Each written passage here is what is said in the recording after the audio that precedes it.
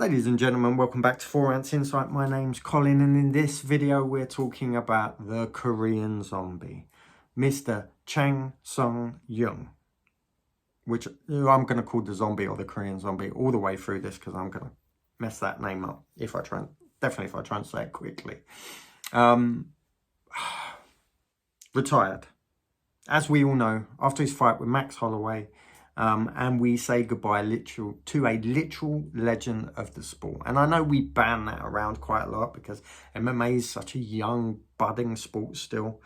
But this guy's been around for a long time, and he was one of those fighters that drew me in. Obviously, I've been watching a bit longer than that, but I remember seeing him fight. So I remember seeing him fight and thinking, holy smoke. This guy, he had this wonderfully technical striking and grappling, a unique blend of both. And he was happy to throw it all out the window just to scrap. Like they called him the zombie because of his relentless pressure, but his expression never changed. That was so unnerving as a fighter. Could you imagine? You're cracking this guy with everything you got, and not only is he coming forward, it looks like it's a Tuesday shopping trip for him. A truly magnificent fighter. And I want to just pay homage to his career a little bit and go back to some of those early fights. And maybe just go through, unfortunately, he didn't fight as often as especially as I would have hoped. He had some big sort of gaps in their big breaks, but highlight reel. You can't argue. You can't argue. We love Justin Gaethje. If you love Justin Gaethje, then you need to go and watch the Korean zombie fight. If you're new to the sport and you're like, yay, Justin, go watch the Koreans fights. He's from day dot, yeah, unbelievable. So let's take a quick dive into that early career.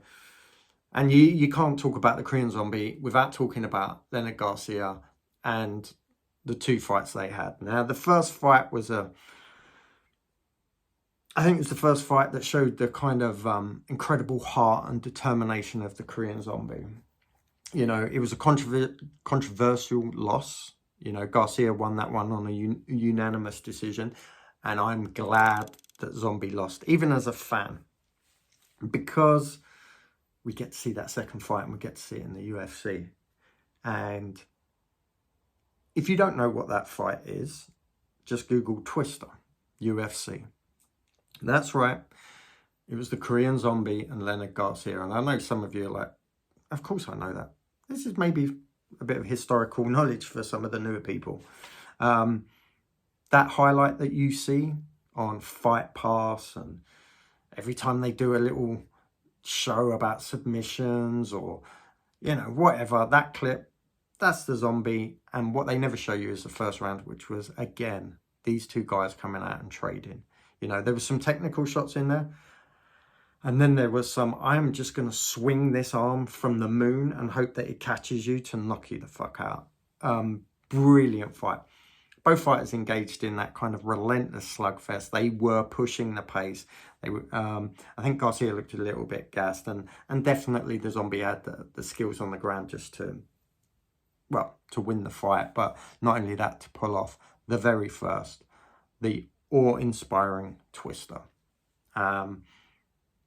While it was happening, Joe Rogan's going nuts. Oh, I think he's going to go for the Twister. Oh my God, he's got a Twister. Eddie Bravo's going to be so happy. I'm not sure if Korean Zombie ever worked with Eddie Bravo, but Eddie Bravo obviously being synonymous with the Twister.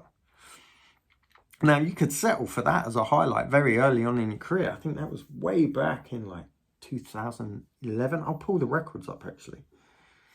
Because not only does he have that, he has a 7-second knockout. Mark Homnick. Could have been 5 seconds. But the referee was Herb Dean. Could have argued he stopped it a bit late.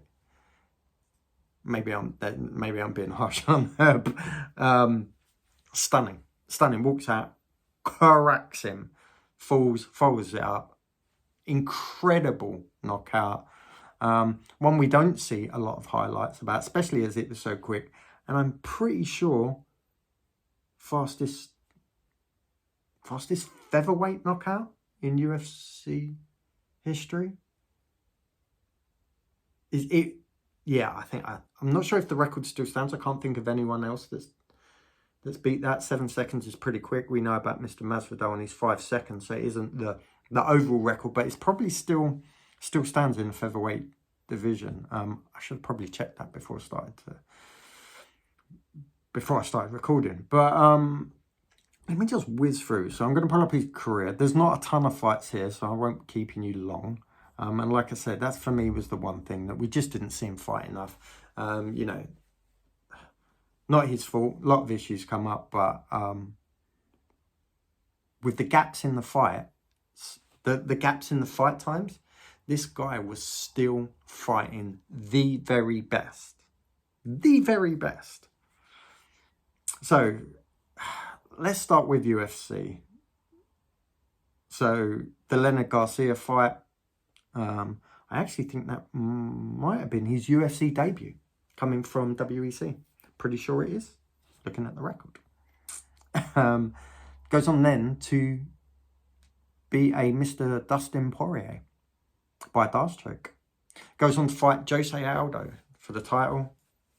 Loses.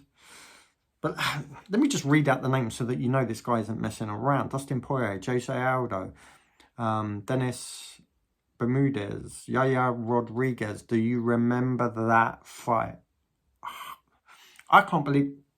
When was this? 2018. I can't believe it was that long ago. I would pay to see that fight today. I'm so gutted he's retired. God damn it. Moicano. Obliterated him. Frankie Edgar. Brian Ortega. Dan Ige.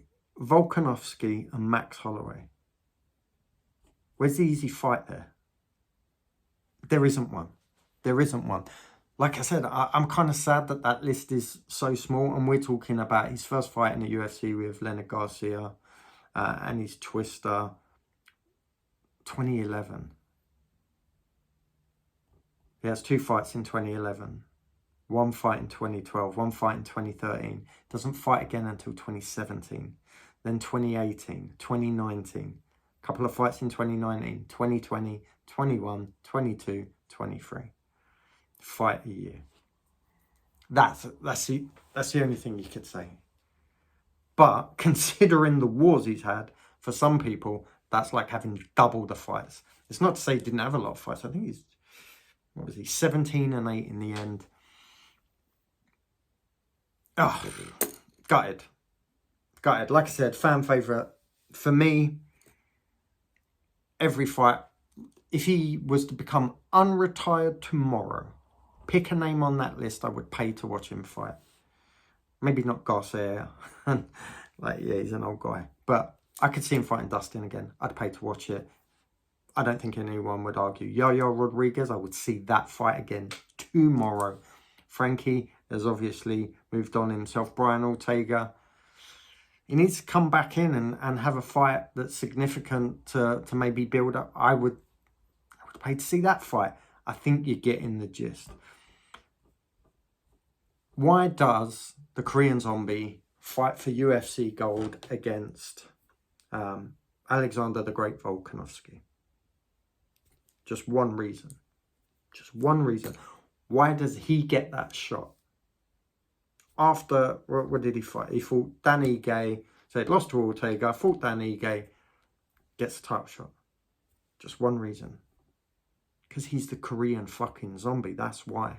That's how much of a legend he is. That's how much... He's one of those fighters. He's got this Diaz quality. And by that I mean... And when I say Diaz, I mean both of them. He has this quality where if he loses a fight, regardless of who he's fighting, his stock does not drop amongst fighters, and it doesn't drop amongst fans. That's rare. That's rare. People can disappear in this sport real quickly with a loss, and some of them have to work damn hard to get back. And then others, it's like they're untouchable. It really is. It doesn't seem to matter. Nate Diaz, you can see that guy lose all the time. People are still going to queue up to see him fight. People are going to pay money to see him fight. Me too. Let's forget the fucking boxing thing for a second. I will pay to see Korean Zombie fight all of those things, but that's me speaking as a fan. And when I put my intellectual head on, not that there's much going on up there, it was the right time for him to retire. It was, of course it was. He's never going to get a shot at that belt again. He's been in a lot of wars, and he went out in a way that no one can argue. There's another highlight right there. He's saying to Max Holloway, let's swing. Let's swing. What Max used to do to other people is like, come on, don't run away from me. Let's throw down. Either I'm going out or you're going out. And unfortunately, it was for him. Not unfortunate for Max. Again, I'm a huge fan. This was a difficult one for me. I just wanted to see a good fight. It was a good fight. These kind of moments, you know, he's the highlight reel, the Korean Zombie highlight reel. There's these moments throughout his career. Unfortunately, we just didn't see him fight enough. I'm gutted. I'm gutted. I'm gutted. I like him a lot. I loved watching him fight. I'm going back on watching his fight. I'm going on, yeah, I'm going to geek out tonight. I'm going back on watching all these fights. You know, this is a weird one for me to try and wrap up, you know, because really I'm trying to celebrate what this guy done for the sport, done for the Asian market. I mean, I don't think we appreciate how famous this guy is outside of, you know, outside of the Western world. We know how American fighters are revered. We know how Brazilian fighters are revered. We know how the British and the UK scene has grown and how those fighters are revered. You know, we know our legends. I don't think we always appreciate the markets outside. And a good indicator is to watch how much Dana gets excited by certain fighters because of the market they can access. There was a reason why he wanted a Mexican-born champion. There was a reason why Khabib got pushes because of Russia. Weili Zhang, you know, he wants these people to have belts because it opens up these massive markets, and there is a 0% chance that Korean Zombie is not a megastar. A megastar. We just probably don't appreciate it because we don't see that market. Fight after fight after fight, he has just been him. And like I said, I read those names out. I don't think many people have had that run. That run of just that killer's row. Classy, respectful, hell of a fighter. God damn it, we lost another one. We lost another one. But as we lose one fighter, we gain others. And I'm struggling to find a way to wrap this video up. So I think I'm just going to say, thank you to Korean Zombie. I know he's not watching. It's unlikely. And if he is, I don't even know if he understands what I'm saying. But thank you for those memorable moments. Thank you for your fighting career. He's one of those fighters where, for me, I missed him anyway with his big absences between the fights. It's definitely a loss to the fight game. There are lots of fighters that have modelled their career after him. So, you know, I'm going to use the universal sign language. Korean Zombie, I salute you. In fact, I'm going to 4-ounce salute you. I don't care how cringy that looks. I'm going with it. You might see it again. That's my 4-ounce insight. Let me know yours in the comments section below. Smash that like button. Hit the bell notification if you want more great content to be notified about content. If you want to be notified of more great content. And I will catch you all next time.